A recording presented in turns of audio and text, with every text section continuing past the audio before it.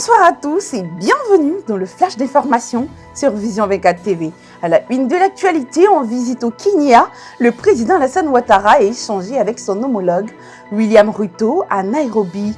Les deux chefs d'État ont annoncé un renforcement de la coopération entre la Côte d'Ivoire et le Kenya avec plusieurs accords attendus entre les deux pays. La 10e édition de la Journée internationale des infirmiers de Côte d'Ivoire s'est tenue du 7 au 9 mai à San Pedro autour du thème « Nos infirmières, notre futur » organisée par l'Association nationale des infirmiers et infirmières de Côte d'Ivoire. Cette rencontre a mis en avant le rôle clé des infirmiers dans le système de santé, surtout dans les zones reculées. Les autorités du Burkina Faso ont suspendu la diffusion de TV5 Monde sur toute l'étendue du territoire national. Le Conseil supérieur de la communication reproche à la chaîne des faits présumés de désinformation et d'apologie du terrorisme dans son traitement de la situation sécuritaire du pays.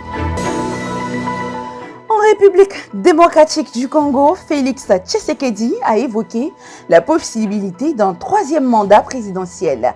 Le chef de l'État congolais envisage également un référendum constitutionnel ainsi qu'un possible report des prochaines échéances électorales. Un navire de croisière transportant des cas de hantavirus a accosté ce dimanche au port de Granadia dans les îles Canaries. À l'arrivée du bateau, plusieurs passagers et membres de l'équipage ont été immédiatement évacués et pris en charge par les équipes sanitaires. L'opération se déroule sous la supervision de l'Organisation mondiale de la santé qui a déployé des protocoles stricts pour limiter tout risque de propagation. Dans le dossier du conflit au Moyen-Orient, l'Iran a transmis sa réponse aux propositions américaines visant un cessez-le-feu.